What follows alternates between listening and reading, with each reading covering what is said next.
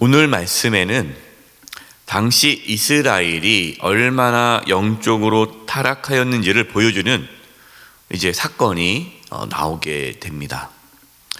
사사시대가 이제 영적 암흑기다라고 제가 이제 말씀을 드린 적이 있는데요. 이 사사시대가 영적 암흑기라는 것을 단적으로 보여주는 구절이 1절입니다. 우리 1절을 보겠습니다. 이스라엘에 왕이 없을 그때에 에브라임 산지 구석에 거류하는 어떤 레위 사람이 유다 베들레헴에서 첩을 맞이하였더니, 이스라엘의 상태가 어떤 상태입니까? 누가 없습니까?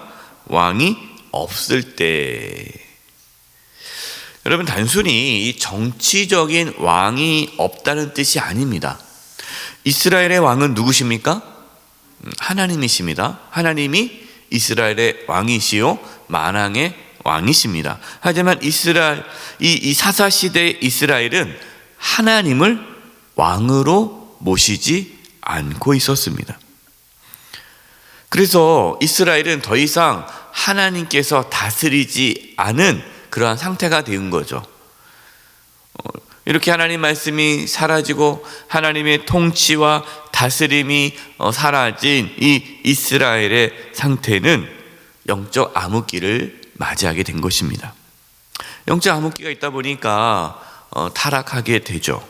그 타락의 모습은 종교 지도자들의 타락으로 나타났습니다. 레위는 누굽니까? 하나님께서 구별한 지파 사람이죠. 레위 지파 사람이에요. 이 레위인은 하나님의 일을 하는 거죠. 제사를 관장하고 하나님께서 구별한 그 지파가 레위 지파입니다. 하지만 이 레위인은 에브라임에 거류하면서 유다 베들레헴에서 첩을 맞이했습니다.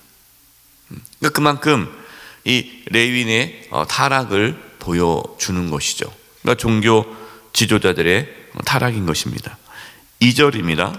그 첩이 행음하고 남편을 떠나 유다 베들레헴 그의 아버지의 집에 돌아가서 거기서 넉 달 동안을 지내매. 이 레위인의 첩이 행음하여서 남편을 떠났습니다. 이 행음하다라는 이 단어가요, 어떠한 불륜을 그리고 성적인 타락을 의미하는 단어이고요. 또 다른 여기서의 의미는 화가 나다, 싫어하다라는 뜻이 있습니다.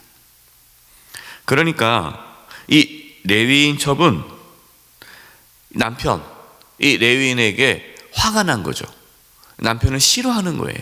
그래서 너무너무 남편에 대한 분노와 씨름과 그것이 있어서 그냥 집을 뛰쳐나온 거죠. 친정집에 간 겁니다.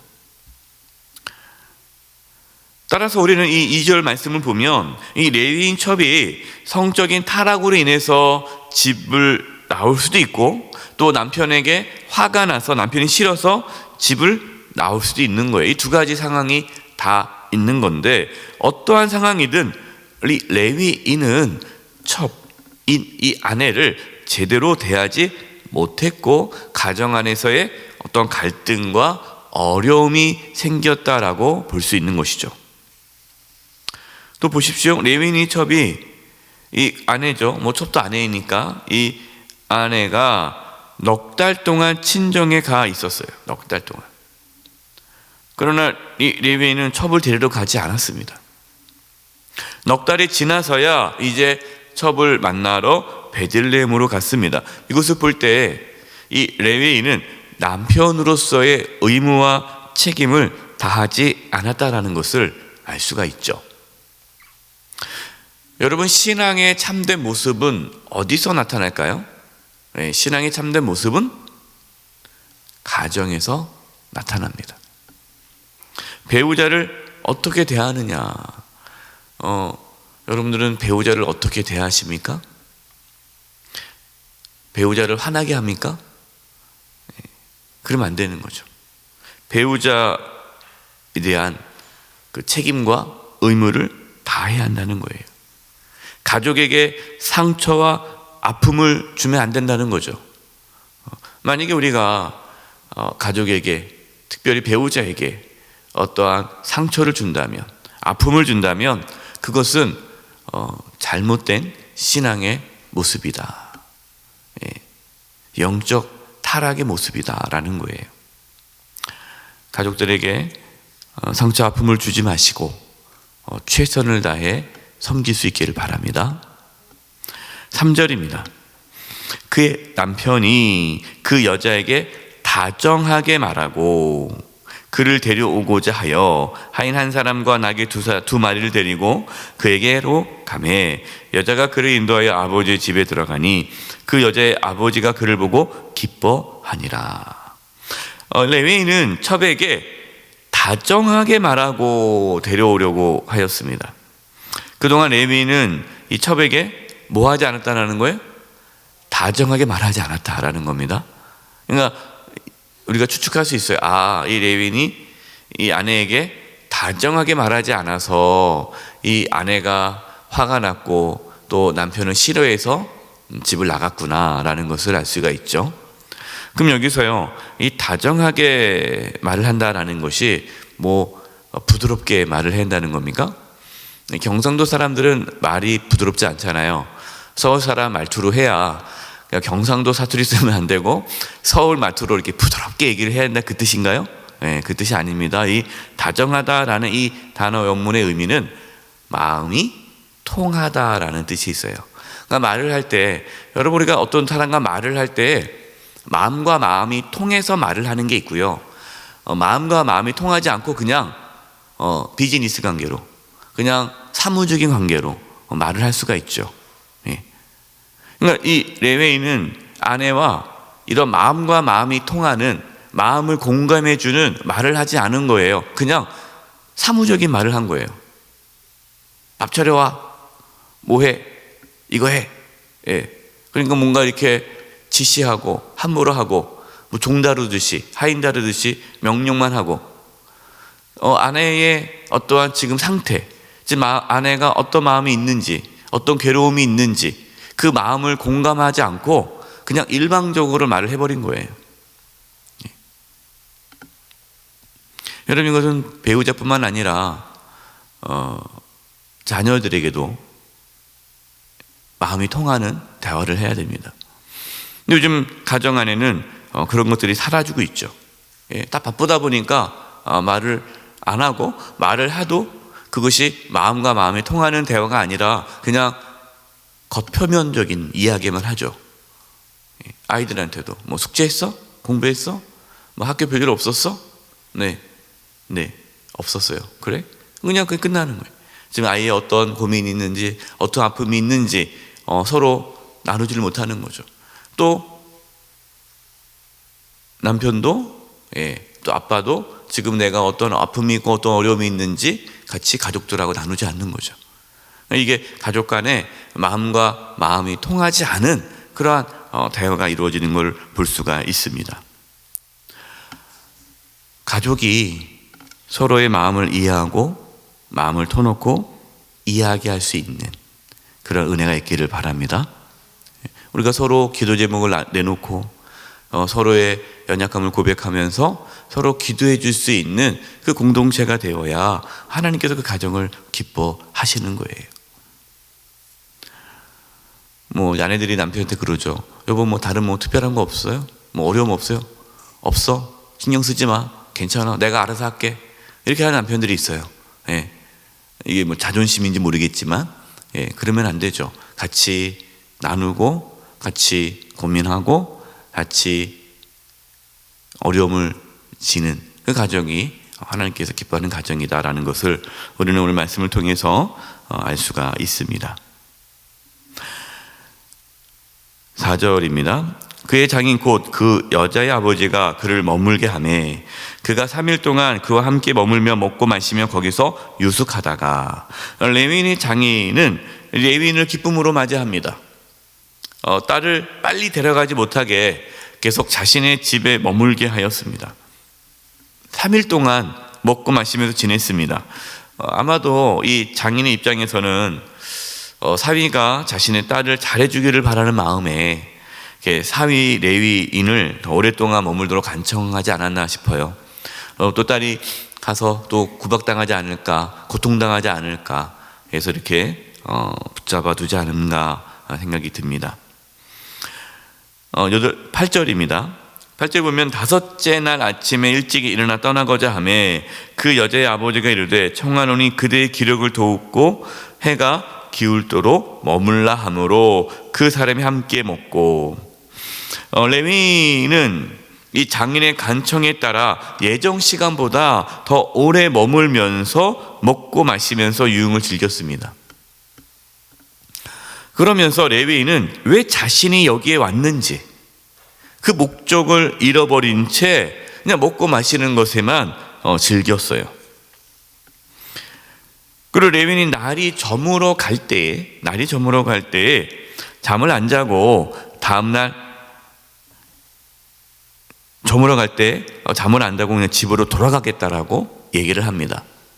근데 이 당시에 길이 가로등이 있겠습니까? 뭐가 있겠습니까? 캄캄한 어둡게 되죠. 해가 지면은 다 이제 자야 되는 그런 때 아닙니까? 그러니까 이제 날이 저물어 갈 때는 밖에 나갈 수가 없어요. 그런데 레위인은 장인의 말을 안 듣습니다. 장인은 잠을 자고 내일 아침 일찍 가라 그렇게 얘기하지만 레위인은 장인의 말을 거절하죠. 10절입니다. 그 사람이 다시 밤을 지내고자 하지 아니하여 일어나서 떠나 여보스 맞은편에 이르렀으니 여보스는 곧 예루살렘이라 안장 지운 낙이 2마리와 첩이 그와 함께 하였더라. 레위인은 어두워지고 있는데 상황을 고려하지 않고 자리에서 일어나 이제 길을 떠납니다. 이거는 일반적으로 해서는 안 되는 행동이었어요. 아마도 이 레위인은 술에 취해서 분별력을 잃고 자리에서 일어나 고집 피우며 길을 떠나지 않았나 싶습니다. 어두워져 가는데 길을 떠난다는 것은 자신뿐만 아니라 모든 일행을 위험에 빠뜨리는 일이죠. 레위인은 첩과 또 자신의 그 종, 그 일행을 위험에 빠뜨릴 것이라고 생각하지 않고 그냥 고집을 피우면서 길을 떠난 것이에요. 그리고 이런 섣부른 결정으로 인해서 자신뿐만 아니라 이스라엘 전체의 큰 고통이 이제 찾아오게 된다는 것을 몰랐던 거죠. 이제 내일 모레 이렇게 레위인이 이게 섣부른 판단으로 길을 떠나 찾아온 그 불행이 얼마나 큰지를 우리가 내일 모레 나누게 되는데, 그 출발점이 뭐냐? 이 레위인이 생각하지 않고 상황을 고려하지 않고 그냥 고집 피우면서 일을 빨리 결정했다는 거예요. 우리도 마찬가지입니다. 여러분, 우리가 어떤 일을 결정할 때 즉흥적으로 해서는 안 돼요. 어떤 분들은 즉흥적으로 합니다. 근데 그럴 때가 있기도 하죠. 참 이게 고민스럽죠. 지금 이게 급하게 찾아와서 급하게 결정해야 될 일들이 있는데 이것이 하나님의 은혜인지 기회인지 아니면 이게 욕심인지 이걸 구분할 줄 알아야 돼요. 어렵죠. 근데 여러분, 어떤 일을 결정할 때 즉흥으로 하기보다는 그냥 감으로 느낌으로 하기보다는 충분한 상황을 분석해야 합니다. 내가 일을 결정했을 때 그 다음에 어떻게 일이 벌어질 것인가, 그 상황을 충분히 고려하고 그리고 기도하면서 하나님의 인도하심을 구하면서 결정해야 합니다. 자신의 섣부른 결정이 자신뿐만 아니라 공동체에 큰 고통을 줄 수 있다는 것을 기억하고 신중한 결정을 해야 합니다. 여러분, 어떤 일을 결정할 때 혼자 결정하지 마시고 가족과 의논하시고, 또 주변에 또 조언을 받을 수 있는 분들 또 조언을 구하고 상황을 정확히 판단하고 하나님의 은혜를 구하고 인도하심을 구하면서 잘 판단할 수 있기를 바랍니다. 레위인이 이렇게 첩을 아내를 두고 또 가정을 온전히 돌보지 못하고 또 자기 어떠한 판단력 하나님 인도함을 받지 않고 그냥 섣부른 판단으로 살아가는 이러한 종교 지도자의 모습이 이 당시에 이스라엘의 상황인 거죠. 이 이스라엘이 전체 국민들이 이스라엘 나라가 하나님의 통치와 다스림을 받지 않아 그냥 육신의 욕망대로 살아가는 모습을 우리에게 보여주고 있습니다. 여러분, 우리는 하나님의 인도하심에 따라 살아갈 수 있기를 바랍니다.